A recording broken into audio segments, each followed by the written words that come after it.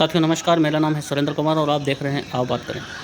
दोस्तों, आज मैं आपको एक ऐसा वीडियो लेकर आया हूं जो भरा हुआ है गंभीरताओं से, भरा हुआ है गंभीर विचारों से, गंभीर प्रश्न जिनमें भरे हुए हैं और भरा हुआ है भारत की भावी संभावनाओं से। मैं आज आपके लिए एक ऐसा इंटरव्यू लेकर आया हूं जिस इंटरव्यू को देखने के बाद आपको भी सोचने पर मजबूर होना होगा कि आखिर हम अपने भारत के लिए, हम अपनी मातृभूमि के लिए, हम अपनी कर्मभूमि के लिए क्या कर रहे हैं।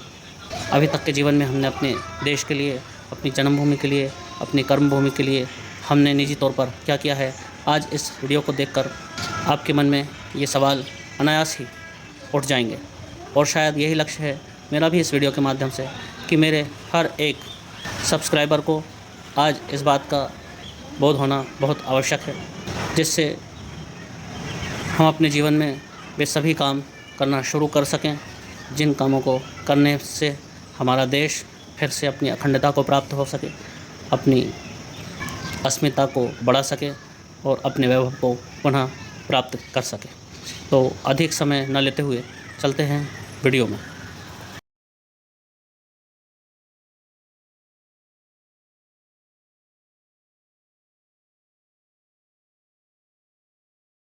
सेकुलर अभी बना है, सेकुलर कभी कंट्री नहीं रहा है। भारत के संविधान के प्रत्येक पृष्ठ पर भगवान हमारे 33 कोटि देवताओं के चित्र हैं। कहीं भी अल्लाह के चित्र नहीं है, कहीं भी यीशु के चित्र नहीं है, कहीं भी बौद्ध के चित्र नहीं है। इसलिए यह हिंदुओं का संविधान था। इंदिरा ने साजिश रच के 1976 में 42वां संविधान संशोधन करके उसमें सेकुलर शब्द जोड़ा। उसके पहले न सेकुलर शब्द कुछ नहीं होता है, न शास्त्र में है, न किसी दुनिया के संविधान में है। जितने रिपब्लिक हैं सबका कोई ना कोई रिलीजन है, स्टेट रिलीजन है। भारत का स्टेट रिलीजन हिंदू है। अगर जिस दिन संविधान में संशोधन करके इन्होंने स्टेट रिलीजन नहीं लागू किया तो यह आंदोलन चलेगा। और यह आंदोलन अधिकार की लड़ाई लड़ते लड़ते हम 1947 किए, अब फिर से एक अधिकार की लड़ाई लड़ रहे हैं कि जिसने, अगर अधिकार उनका था तो पाकिस्तान क्यों लिया, पाकिस्तान क्यों बना, इस्लामिक रिपब्लिक ऑफ पाकिस्तान क्यों बना। जब दोनों मिलकर के देश आजाद हुए, जो सबने आजादी की लड़ाई लड़ी, तो Islamic Republic of Pakistan, Islamic Republic of Bangladesh हमारी, और इसको सुन ले पूरा जहान, पूरा देश। और ये अभी शुरुआत है। पुरोला ने यह संदेश दिया है पूरे कि आप अपने हद में रहिए। मैं फिर कहता हूं, दो ही विकल्प हैं, या तो पाकिस्तान जाइए और या तो घर वापस। उत्तराखंड देवभूमि है, उत्तराखंड हिमालय हमारा देवालय है, हमारा मंदिर है। मैं किसी के मस्जिद में नहीं जाता तो कोई हमारे मंदिर में नहीं आए, इसलिए उत्तराखंड हिमालय हमारा देवालय है। गैर हिंदुओं का प्रवेश उसमें वर्जित रहेगा। हमने पुरोला से शुरू किया है, अब हम पूरे हिमालय को देवालय बनाएंगे। किसी एक भी गैर हिंदू, जब मैं बोलता हूं तो उसमें बौद्ध भी आते हैं, उसमें ईसाई भी आते हैं और उसमें ये भी मुसलमान भी आते हैं। मैं तीनों लोगों को रहने नहीं देंगे हम लोग। चाहे सवाल तो ये है ना, लोकतांत्रिक देश है, सभी धर्म के लोग यहाँ रहते हैं। मैं वही तो कह रहा हूं कि हमारा मंदिर है, वो धर्म यह नहीं सिखाता ना आप। इसीलिए मुस्लिम एक्ट अलग है, आप इसी पे बात कर रहे हैं, यूसीसी पे। हम चाहते हैं कि एक तरह का कानून हो। हम इसलिए नहीं रहने देंगे कि आप अपने घर में किसी को घुसने देंगे।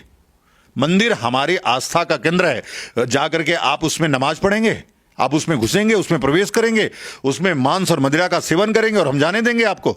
तो किसी कीमत पर उत्तराखंड में गैर हिंदू नहीं रहेगा। नहीं तो हिंदुओं शब्द की, हिंदुओं के ऊपर जिस प्रकार से अभी हमले हो रहे हैं जगह जगह, वो हमले नहीं होते। एक बार मराठों की सेना जिस प्रकार से चलती थी उस प्रकार से हिंदुओं, देखो देश की आर्मी कभी भी आपके धर्म को बचाने नहीं आएगी। आपके जितने भी विदेशी धर्म हैं, वो चाहे कोई भी धर्म हो, वो इस धरा पे रहेगा नहीं। वैदिक धर्म के लोगों की भूमि है, हिंदुओं की भूमि है। हिंदुओं के अलावा इस धरती पे किसी को रहने नहीं देंगे। लेकिन अभी संगठित हो रहे हैं, के अलावा कोई धर्म को बचाने का तरीका नहीं है। हमारे यहाँ धर्मो रक्षति रक्षिता, जो धर्म की रक्षा करता है वही उसी की रक्षा करता है। अहिंसा परमो धर्म, धर्म हिंसा तथैव च। अहिंसा परम धर्म है, लेकिन धर्म के लिए हिंसा उससे बड़ा धर्म है। यह शिक्षा दी जाती है। तो धर्म के लिए हिंसक बनना यह शास्त्र कहता है। इसलिए जितने भी लोग हैं, अब वो जरूरत है, कायरता से धर्म बचने वाला नहीं है। आप आकर के मराठों की तरह, पेशवाओं की तरह लड़िए, पुष्यमित्र शुंग बनिए, जिस तरह से उन्होंने बृहद्रथ की हत्या धर्म को बचाने के लिए किया और फिर से हिंदू धर्म, हिंदू राष्ट्र की स्थापना की, तब जाकर के ये धरा भूमि, ये पुण्य भूमि बचेगी। ये तो फिर लोकतांत्रिक देश है, कैसे किसी का आप भगा सकते हैं? यह देश लाखों वर्ष पुराना है। लोकतंत्र इस देश में अभी 75 वर्ष, अभी अमृत महोत्सव मना रहे हैं, 75 वर्ष हुआ है और यह बलात् रूप से कब्जा हुआ है। जब इस्लामिक रिपब्लिक ऑफ पाकिस्तान बना तब किसी ने नहीं कहा वहां लोकतंत्र की बात क्यों नहीं हो रही है। जब हिंदू मार मार के भगाया जा रहा है, हिंदुओं की बेटियों को रोज उठाया जा रहा है, बलात्कार किया जा रहा है, वहां लोकतंत्र नहीं है। एक ही साथ दोनों लोकतंत्र बने। उत्तराखंड में अगर देखा जाए तो सीधे तौर पर भगाया जा रहा है, कहा जा रहा है लव जिहाद, जबकि अगर उस कांड में देखें तो एक हिंदू लड़का का भी नाम है। किस पे? उत्तराखंड में जो पूरा घटना घटा है उत्तरकाशी में, उसमें कहा जा रहा है जो नाबालिग लड़की के साथ घटना घटी, कभी खबरों में भी हमने देखा है कि उसमें एक हिंदू लड़का का भी नाम है, लेकिन उसको हाइड करके सिर्फ मुस्लिम होने की वजह से तमाम चीज़ें घट रही है। देखिए क्या है, उत्तराखंड की घटना एकदम अलग है। वो घटना आप अभी जानते नहीं हैं, आप यूं ही किसी से सुन करके बता रहे हैं।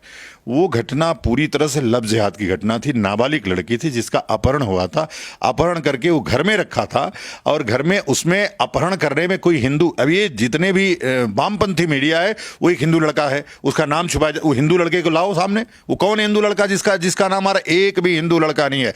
और मैं बार बार कहता हूं कि उत्तराखंड देवभूमि है, उत्तराखंड हिमालय हमारा देवालय है, हमारा मंदिर है। मैं किसी की मस्जिद में नहीं जाता तो कोई हमारे मंदिर में नहीं आए, इसलिए उत्तराखंड हिमालय हमारा देवालय है। गैर हिंदुओं का प्रवेश उसमें वर्जित रहेगा। हमने पुरोला से शुरू किया है, अब हम पूरे हिमालय को देवालय बनाएंगे। किसी एक भी गैर हिंदू, जब मैं बोलता हूं तो उसमें बौद्ध भी आते हैं, उसमें ईसाई भी आते हैं और उसमें ये भी मुसलमान भी आते हैं।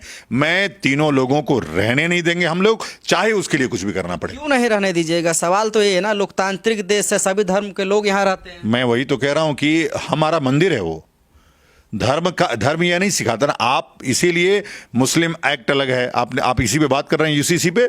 हम चाहते हैं कि एक तरह का कानून हो, हम इसलिए नहीं रहने देंगे कि आप अपने घर में किसी को घुसने देंगे।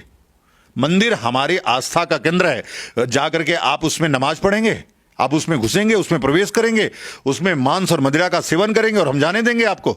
तो किसी कीमत पर उत्तराखंड में गैर हिंदू नहीं रहेगा, यह घोषणा है हमारी। और इसको सुन ले पूरा जहान, पूरा देश। और ये अभी शुरुआत है। पुरोला ने यह संदेश दिया है कि आप अपने हद में रहिए। मैं फिर कहता हूं, दो ही विकल्प हैं, या तो पाकिस्तान जाइए और या तो घर वापसी करके भारत में रहिए। ये तो फिर काफ़ी बड़ा बात कह रहे हैं। कहीं ना कहीं अगर देखा जाए तो अधिकार तो है उनका रहने का। नहीं, मैंने अधिकार के लिए बात नहीं कही। अभी उसी अधिकार की लड़ाई लड़ते लड़ते हम 1947 किए, आप फिर से एक अधिकार की लड़ाई लड़ रहे हैं कि जिसने, अगर अधिकार उनका था तो पाकिस्तान क्यों लिया, पाकिस्तान क्यों बना, इस्लामिक रिपब्लिक ऑफ पाकिस्तान क्यों बना? जब दोनों मिलकर के देश आजाद हुए, जो सबने आजादी की लड़ाई लड़ी, तो Islamic Republic of Pakistan, Islamic Republic of Bangladesh क्यों बना? फिर भारत ही रहता, आराम से सब लोग मिलकर के रहते। सेकुलर कंट्री है ना। सेकुलर क्यों? कौन बनाया सेकुलर? सेकुलर अभी बना है, सेकुलर कभी कंट्री नहीं रहा है। भारत के संविधान के प्रत्येक पृष्ठ पर भगवान हमारे 33 कोटि देवताओं के चित्र हैं, कहीं भी अल्लाह के चित्र नहीं है, कहीं भी यीशु के चित्र नहीं है, कहीं भी बौद्ध के चित्र नहीं है। इसलिए यह हिंदुओं का संविधान था। इंदिरा ने साजिश रच के 1976 में 42वां संविधान संशोधन करके उसमें सेकुलर शब्द जोड़ा। उसके पहले न सेकुलर शब्द कुछ नहीं होता है, न शास्त्र में है, न किसी दुनिया के संविधान में है।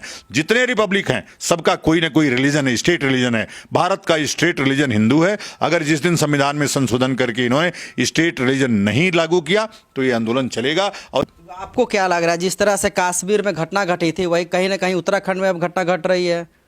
किसमें? कश्मीर में? हाँ, पंडितों को भगाया जा रहा है। हाँ, वही हो रहा है। नहीं तो हम वहां, यहां भी वही साजिश है। पूरे उत्तराखंड में लश्कर तोयबा, बोको हरम, जितने भी 1000 इस्लामिक संगठन हैं, उन सबके ऑफिस हैं देहरादून में।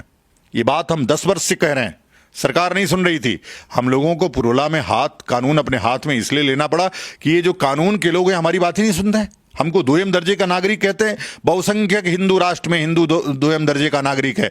कोई उसकी हमारी गलती क्या है? ये जितने नेता हैं हम धर्माचार्य हैं, इसलिए हम सभी जातियों को जोड़ करके एक बृहत्तर हिंदू समाज की रचना करना चाहते हैं। लेकिन ये नेता लोग जो हैं, यह दो हमेशा, ये राजभर है, ये यादव है, ये नोनिया है, ये चमार है, यह बांटने का काम नेता करता है और जोड़ने का काम धर्माचार्य करता है। और मैं जोड़ने की बात जब करता हूं तो समस्त जातियों को इकट्ठा करके ही बृहत्तर हिंदू समाज।